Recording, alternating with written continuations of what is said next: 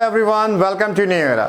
तो अब चलो कुछ पीवाईक्यूज करते हैं। हम लोगों ने प्रीवियस क्लासेस में तो कुछ बेसिक्स क्वेश्चंस देखे थे और वो अच्छे क्वेश्चन थे, है ना। ऐसा नहीं था कि क्वेश्चन ऐसे ही थे, वो अच्छे क्वेश्चन थे क्योंकि उसमें सारे कॉन्सेप्ट आपके समाहित थे जो भी आपने पढ़ा है इन्वर्स ऑफ मैट्रिक्स में, है ना। ठीक है, तो चलो अब हम कुछ पीवाईक्यूज करते हैं।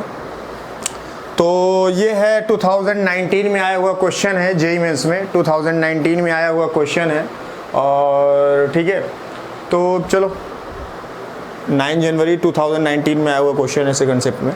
तो इस क्वेश्चन में क्या बोला है, कोई मैट्रिक्स आपको ए दिया हुआ है, देन ए इज, मतलब ए कैसे पूछा है, ऑप्शन आपको दिए हैं, है ना। आप जब भी सॉल्व करें क्वेश्चन किसी भी कंपटीशन में आप बैठे हैं तो आप उसमें हमेशा एक चीज़ का ध्यान दें कि आप सबसे पहले ऑप्शन देखेंगे।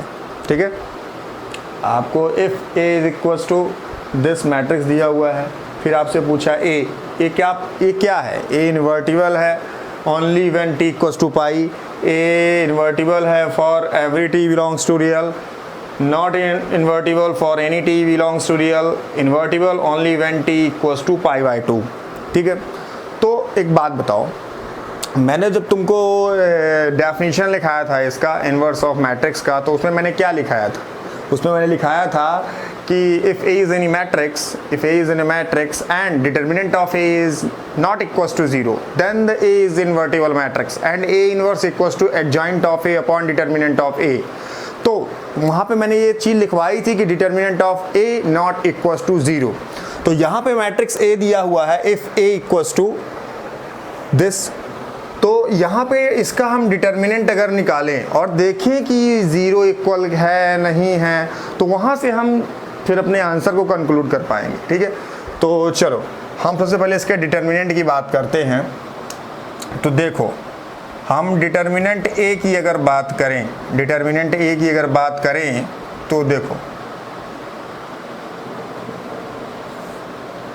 यहाँ से हम चाहें तो, क्योंकि आपको पता है कि डिटर्मिनेंट में मैट्रिक्स में हर एक एलिमेंट से हम जब कॉमन निकालते हैं तो निकलता है, और डिटर्मिनेंट में किसी एक रो या एक कॉलम के अलॉन्ग ही हम कॉमन निकालते हैं या फिर कोई चीज़ मल्टीप्लाई, है ना, डिवाइड होती है। तो देखो यहाँ पे इस कॉलम से हम e की पावर t बाहर निकाल सकते हैं, बिल्कुल निकाल सकते हैं।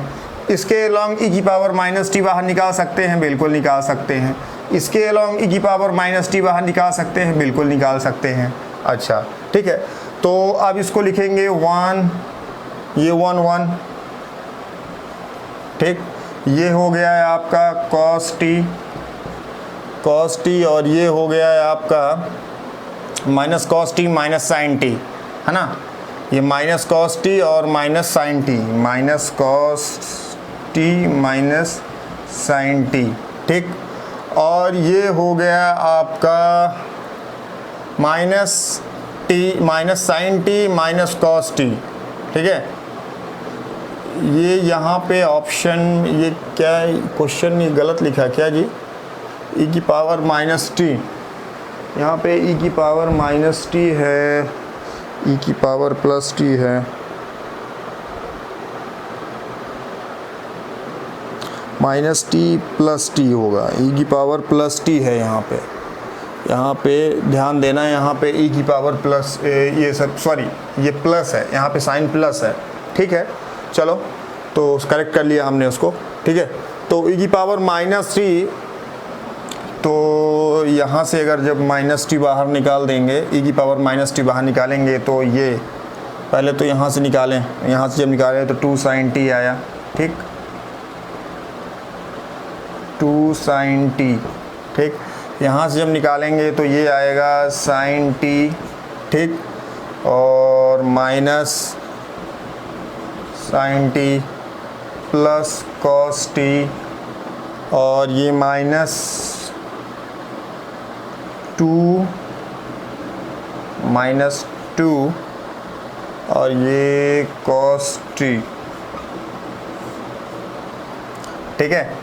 तो यहाँ पे देखो, अगर इस चीज़ को देखो तो आपको मैं यहाँ पे थोड़ा सा इसको यहाँ पे देख लो कि अगर e की पावर t दिया हुआ है और e की पावर माइनस टी मल्टीप्लिकेशन में, तो इसको क्या ले सकते हो, e की power t minus T equals to E की पावर 0 इक्वस टू 1। ठीक है, तो ये यहाँ पे 1 हो जाएगा, तो इसको हटा ही देते हैं, कोई मतलब नहीं है। ठीक है ना। और यहाँ पे हम ऑपरेशन लगाते हैं, यहाँ पे हम ऑपरेशन लगाएंगे। क्या ऑपरेशन लगाएंगे, देखो अगर इस रो को यहाँ पे अगर हम अप्लाई करें R2 पे R2 माइनस R1 और R3 पे R3 माइनस R1, तो अप्लाइंग R2 पे R2 माइनस R1 एंड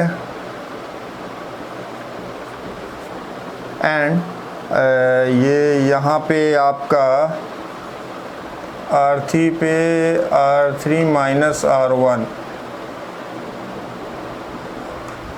ठीक, ये तो जब ऐसा करेंगे, जब भी हम ऐसा करेंगे तो हमको डिटर्मिनेंट ऑफ ए क्या मिलेगा। डिटर्मिनेंट ऑफ ए अगर देखें तो हम ऊपर देख लेते हैं, तो डिटर्मिनेंट ऑफ ए, अच्छा इसको हम चाहे तो मिटा सकते हैं। अब ये आप लोगों ने समझ लिया है तो इसको मिटा ही देते हैं, कोई मतलब नहीं है। हाँ, इसको मिटा ही देते हैं।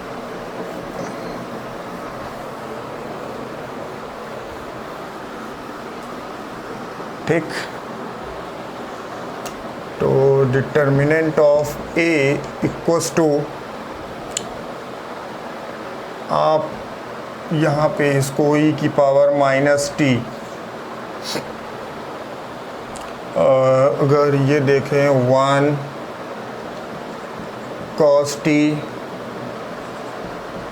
sin t, यहाँ पे 0, यहाँ पे 0 और यहाँ पे R2 माइनस R1, तो R2 माइनस R1, तो R1 ये हो गया माइनस R1, तो मतलब माइनस 2 cos t माइनस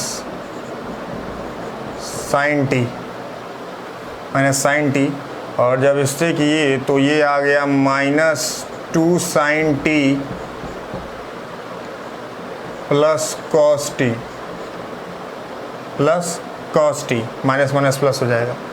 अच्छा, और जब इस पे किए हम R3 माइनस R1, तो ये 0 आ गया और ये आ गया 2 sin t minus cos t, और ये आ गया minus 2 cos t minus sin t, minus 2 cos t minus sin t। ठीक, तो ये हो गया, ये आ गया आपका डिटर्मिनेंट ऑफ ए। ठीक, ये आ गया आपका डिटर्मिनेंट ऑफ ए। चलो, अब अगर इसकी हम वैल्यू निकालें डिटर्मिनेंट ऑफ ए की, तो ये आएगी e की पावर माइनस टी। ठीक है, और इसको अगर इसको हम ओपन करें कॉलम के लॉन्ग है ना, एक्सपेंड करें अगर इसको हम बाय एक्सपेंडिंग कॉलम बाइस, है ना, इसको हम कॉलम के अलॉन्ग, क्योंकि आपको पता है कोई भी डिटर्मिनेंट किसी एक रो या एक कॉलम के अलॉन्ग ही एक्सपेंड किया जाता है, ओपन किया जाता है।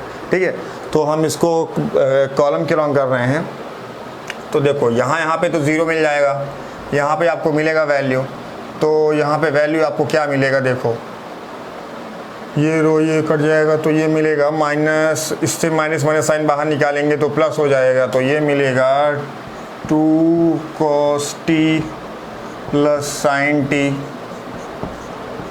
का स्क्वायर। अच्छा, प्लस इससे ये 2 sin t हो गया माइनस cos t, इससे माइनस साइन बाहर निकालेंगे तो यहाँ पे माइनस आएगा, जब माइनस साइन बाहर निकालेंगे तो प्लस आ जाएगा, और जब इन लोगों को मल्टीप्लाई करेंगे तो ये भी आ जाएंगे 2 sin t और माइनस cos t का होल स्क्वायर। ठीक, चलो, तो ये आ गया, हमको मिल गया। अब अगर इसको हम और आगे फर्दर आगे सॉल्व करें तो हम अभी ऑप्शन को नहीं मिटा रहे हैं, क्योंकि ऑप्शन से ही हमको हर चीज़ देखना है ना। तो ये हो गया, तो अगर इसको ओपन करें यहाँ पे तो कर लेते हैं ना, e की power minus T, this is determinant a। ठीक है, माइनस टी, अगर इसको ओपन करें तो ये आ जाएगा 4 cos square T plus sine square T plus 2 cos T sine T, है ना, plus 2 cos, sorry this is 4, ठीक है, और plus plus plus 4 sine square T, 4 sine square T plus cos square T plus cos square T minus 4 cos T sine T, ठीक, तो ये हो गया, है ना। तो ये आपका आएगा e की power minus T, 4 cos square T, 4 cos, अच्छा 4 cos टी साइन टी और माइनस 4 cos टी, ये तो कट जाएगा, ठीक। और ध्यान से देखो यहाँ पे साइन स्क्वायर टी और ये प्लस cos स्क्वायर टी, ये cos स्क्वायर टी है तो ये भी 1 हो जाएगा, है ना, क्योंकि आपको पता है कि sine square T plus cos square T equals to 1, trigonometry में आपने पढ़ा होगा 11th क्लास में, ठीक है। तो चलो, तो ये हो जाएगा 1, ठीक, और ये प्लस 1 हो जाए, ये तो इसका value sign square T cos square T, इसका वैल्यू आ जाएगा 1, ठीक है। और यहाँ पे 4 cos स्क्वायर टी है plus 4 sine square T, 4 cos square T 4 sine square T, तो इसका वैल्यू आ जाएगा आपके पास 4 cos स्क्वायर टी और साइन स्क्वायर टी का वैल्यू हो जाएगा 1, और ये प्लस में आ जाएगा 1, है ना, प्लस में आ जाएगा 1, ये होगा कुछ ऐसे। तो यहाँ पे आपको जो वैल्यू मिलेगी वो मिलेगी 5 + 1 5, 4 1 + 5 इक्वल्स टू माइनस टी, ठीक। ये डिटर्मिनेंट ऑफ ए का वैल्यू है, ये डिटर्मिनेंट ऑफ ए का वैल्यू है which is not equals to 0 for any value of T, है ना, है ना। कोई भी आप टी की यहाँ पे रियल वैल्यू रखिए, है ना, कोई भी टी की वैल्यू रखिए, ये नॉट इक्वल्स टू 0 आएगा, है ना, फॉर टी बिलोंग्स टू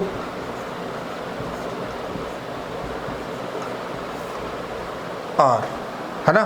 कोई भी रियल वैल्यू रखो, ये कभी इक्वल्स टू 0 के नहीं आएगा। और by definition if determinant of A not equals to 0 then A is a invertible matrix, then A is a invertible matrix। आप T की किसी वैल्यू को भी यहाँ पे रख के देख लीजिए, नॉट इक्वल्स टू 0 आएगा, मतलब कि जो हमारा डिटर्मिनेंट A है, जो भी डिटर्मिनेंट हमारा A है, डिटर्मिनेंट A वो नॉट इक्वल्स टू 0 आ रहा है, मतलब कि by definition of inverse of matrix, है ना, कि if A is any matrix, if A is a square matrix and determinant A not equals to 0 then A is a invertible matrix, है ना। तो यहाँ तो A not equals to 0 आ रहा है for T belongs to real। तो यहाँ पे देखो invertible only when T equals to पाई, नहीं, ये गलत है, ऐसा कुछ हो ही नहीं रहा, ठीक। invertible for every T belongs to real, बिल्कुल सही, यही ऑप्शन है हमारा, यही चीज़ तो हमको मिल रही है ना। हर एक T की हर एक रियल वैल्यू के लिए, हर एक रियल वैल्यू पे हमको ए इन्वर्स मिल रहा है, ए मिल रहा है, ठीक है, इन्वर्टिबल, हाँ इन्वर्टिबल मिल रहा है, ठीक है, ए इन्वर्स की वैल्यू हमको मिल रही है। मतलब ये था ऑप्शन में कि हमको पूछा था कि मैट्रिक्स ए दिया था, ए मैट्रिक्स दिया था, और हमसे पूछा था कि ए क्या है, तो ए क्या है, ए एक इन्वर्टिबल मैट्रिक्स है ना। ये हम लोगों ने बाय सॉल्व करके देख लिया कि डिटर्मिनेंट नॉट इक्वल्स टू 0 आ रहा है, मतलब ए एक इन्वर्टिबल मैट्रिक्स है ना, फॉर एनी रियल वैल्यू, किसी भी कोई भी टी की जगह कोई भी रियल वैल्यू रख के आप देख लीजिए, नॉट इक्वल्स टू 0 आएगा, मतलब कि जो हमारा जो ए है वो हमारा एक इन्वर्टिबल मैट्रिक्स है ना, वो एक इन्वर्टिबल है for every T belongs to real. Not invertible for any T belongs to real, ये तो गलत है, हमने देख लिया कि ये इन्वर्टिबल है for every T belongs to real, है ना। और ये invertible only when T equals to pi by 2, ये सबका कोई लेना देना नहीं है, ठीक है। Option number B is right, ठीक है। तो चलो हम अब बात करते हैं नेक्स्ट क्वेश्चन की, तो चलो नेक्स्ट क्वेश्चन करते हैं। नेक्स्ट क्वेश्चन क्या बोलता है, ये जेईई मेंस 2019 में आया था, है ना, 11 जनवरी जो सेकंड सेट था ना, उस पे आया हुआ था। देखो क्वेश्चन क्या बोल रहा है, ये let A and B be a two invertible matrix of order 3x3, है ना, 3x3 के ऑर्डर के ए एंड बी दो इन्वर्टिबल मैट्राइजेस हैं, है ना। और बोला है कि determinant A B into A का transpose equals to 8 and determinant A B A into B का inverse equals to 8, then determinant B into A inverse into B transpose is equal to. अच्छा, इसकी वैल्यू पूछा, determinant B into A inverse into B transpose, है ना, इनका determinant बोला है निकालने का, ठीक है। चलो अच्छा, एक चीज़ याद रखो, मैंने तुम लोगों को ये चीज़ अभी तो डिटर्मिनेंट तो पढ़ाया नहीं है, लेकिन तब भी बता देता हूँ, है ना, उसका एक रिजल्ट है। अगर फॉर एग्जांपल कहीं पे लिखा हुआ है डिटर्मिनेंट पी क्यू, तो मैं यहाँ पे ए बी इसलिए ले रहा हूँ कि ए बी यहाँ पे लिया हुआ है, तो मैं तुमको समझा रहा हूँ, तो इसलिए पी क्यू मैंने लिया। सपोज़ कोई डिटर्मिनेंट पी क्यू है, ऐसे कुछ दिया हुआ है आपको, तो इसको आप चाहें तो ऐसे भी लिख सकते हैं, ये इसके इक्वल ही होगा, ठीक, ये इसके इक्वल ही होगा, ठीक है। इस चीज़ का आप ध्यान रखिएगा, इस चीज़ का ध्यान रखिएगा, क्योंकि मैं अभी ओपन करूँगा इनको, अभी इसको ओपन करना पड़ेगा, इसको ओपन करना पड़ेगा, इसको ओपन करना पड़ेगा, तो वहाँ पे आप लोगों को इस चीज़ का ध्यान देना है ना। और ये एक रिज़ल्ट मैंने तो आप लोगों को बताया ही है, जैसे कि कहीं पे अगर P इनवर्स दिया हुआ है ना, determinant of P inverse is equals to determinant P का inverse equals to 1 upon determinant P, ठीक है। ये अगर कहीं पे दिया हुआ है आपको ऐसे, तो इसको भी आपको समझ के चलना है कि कुछ, है ना, ये दो रिज़ल्ट आपको समझ के चलने हैं, ठीक है। चलो अब हम बात करते हैं इसको मिटा देते हैं, आप ये रिज़ल्ट आप लोगों को मालूम होंगे, ठीक है। ये दो रिज़ल्ट इस पे यूज़ होंगे, इसलिए मैंने बताए हैं, ठीक है। चलो अगर बात करें इसके सॉल्यूशन की, तो सबसे पहले हम लोग क्या करते हैं, इसको लेते हैं, इसको उठाते हैं, ठीक है। ये दिया हुआ है determinant A B into A transpose equals to 8, ये हमको दिया हुआ है, ठीक है। तो अगर हम चाहें तो इसको अलग अलग कर लें, determinant A into determinant B into determinant A का ट्रांसपोज, ठीक है। चलो ये हमने कर लिया। अच्छा, और अगर इक्वल्स टू 8, ठीक है। अच्छा, डिटर्मिनेंट ए जो होता है equals to determinant A transpose ही होता है, क्योंकि आपको पता है कि जब हम डिटर्मिनेंट किसी चीज़ का निकालते हैं तो किसी रो या किसी ये कॉलम के लॉन्ग होता है, तो हम ट्रांसपोज में क्या करते हैं, रो को कॉलम में चेंज कर देते हैं जब ट्रांसपोज निकालते हैं, कॉलम को रो में कर देते हैं। तो जब हम डिटर्मिनेंट लेंगे तो डिटर्मिनेंट पूरे का लेंगे तो हमको दोनों पे वैल्यू सेम मिलेगी, चाहे ट्रांसपोज का लें चाहे उस पर्टिकुलर मैट्रिक्स डिटर्मिनेंट का लें, है ना। अगर किसी इन दोनों में से किसी का भी ट्रांसपोज, अगर मैट्रिक्स ए का डिटर्मिनेंट निकाल रहे हैं और मैट्रिक्स ए ट्रांसपोज का, दोनों का इक्वल ही आएगा, ठीक है। चलो ये बात आपको मालूम है। तो यहाँ पे A transpose equals to determinant of A transpose equals to ना डिटर्मिनेंट ए, तो ये हो जाएगा डिटर्मिनेंट ए का square into determinant B equals to 8। चलो इसको इक्वेशन नंबर 1 मान लिए, ठीक। अब बात करें अगर हम इसकी, तो ये दिया है कुछ ऐसे, डिटर्मिनेंट ए बी का इनवर्स इक्वल्स टू 8, तो अगर इसको ओपन करें determinant B inverse equals to 8, ठीक।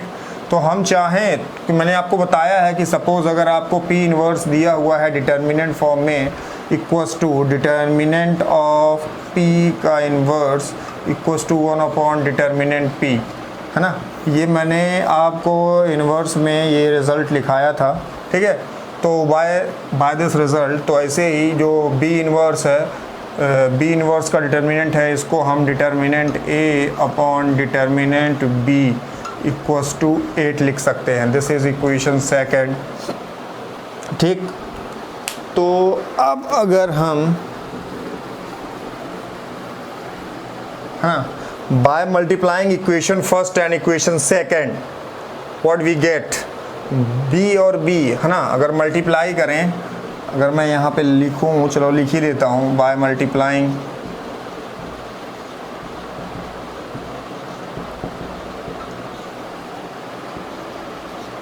Equation first and equation second we get, है ना। तो देखो, इसको मल्टीप्लाई करेंगे इससे, तो देखो ये b और ये b कट जाएगा और आपको मिलेगा डिटर्मिनेंट ऑफ a की पावर 3 इक्वल्स टू 8। ये 8 है और ये भी 8 ही है, ये भी 8 ही है। तो ये मिल जाएगा आपको 8 इंटू 8, है ना। मतलब कि ये हो जाएगा 4 की पावर 3, 4 की पावर 3 ना होगा, हाँ, 4 2 8, 4 2 8, तो 2 2 4, हाँ, 4 की पावर 3 हो गया ये। तो अगर इनको कंपेयर करें, 4 की पावर 3, अगर इसको मैं हटा दूँ, चलो 1 मिनट के लिए, और ये हमारा आया 4 की पावर 3, तो इसको कंपेयर करें, और या फिर आप ऐसे करें कि कंपेयर क्या है, दोनों साइड क्यूब रूट ले लें, तो ये पावर 3 हट जाएगा और आपको सिंपल सा मिलेगा डिटर्मिनेंट ए की equals to 4। Determinant A equals to 4 है अगर, तो अगर यहाँ पे देखें 4 डिटर्मिनेंट यहाँ पे रख दें तो क्या ही मिलेगा। देखो डिटर्मिनेंट ए इक्वल्स टू 4 है, तो ए इक्वल्स टू 4 यहाँ पे लिखें अगर, तो है ना, इक्वेशन 2 में अगर रखें तो डिटर्मिनेंट, देखो यहाँ पे determinant b equals to determinant a upon 8 है, ठीक। तो determinant b equals to determinant a की वैल्यू 4 है, तो 4 upon 8 equals to 1 upon 2। 1 upon 2 है डिटर्मिनेंट b की वैल्यू, 1 और 4 है डिटर्मिनेंट a का वैल्यू, ठीक है। तो डिटर्मिनेंट a का वैल्यू हमारे पास आया कितना, 4, और डिटर्मिनेंट b का वैल्यू आया हमारे पास 1 अपॉन 2। चलो, हमसे पूछा क्या था, हमसे पूछा था determinant b a inverse b की पावर t, मतलब ट्रांसपोज, b का ट्रांसपोज, ठीक है। तो हमसे पूछा था determinant of b a inverse, तो अगर इसको देखें, अगर इसको ओपन करें तो ये डिटर्मिनेंट b, और इसको ओपन करेंगे तो डिटर्मिनेंट a इनवर्स b का ट्रांसपोज। अच्छा चलो, तो डिटर्मिनेंट b का ट्रांसपोज, ये दोनों एक ही बात है, और इसको हम कुछ ऐसे लिख सकते हैं, determinant b 1 upon determinant a into determinant b transpose का डिटर्मिनेंट, वो डिटर्मिनेंट ऑफ b के इक्वल्स ही आएगा, है ना। तो यहाँ पे जो इसका वैल्यू, अब इसका वैल्यू रख लेते हैं, तो डिटर्मिनेंट b का वैल्यू 1/2 आया और डिटर्मिनेंट a के वैल्यू 4 आया था। तो यहाँ पे 1/2 into 1/4 into 1/2 which is equals to 4 to 8 to 16, 1/16 आया आपका determinant b into a inverse into b का ट्रांसपोज, है ना, b into a inverse B का ट्रांसपोज का इसका अगर होल डिटर्मिनेंट बात किया जाए तो 1/16 आया है ना। ऑप्शन में देखते हैं, ऑप्शन में ये 1/16 दिया हुआ है। Option C is correct for this particular question. तो ठीक है, अब चलो नेक्स्ट क्वेश्चन पे चलते हैं। नेक्स्ट क्वेश्चन पे चलते हैं।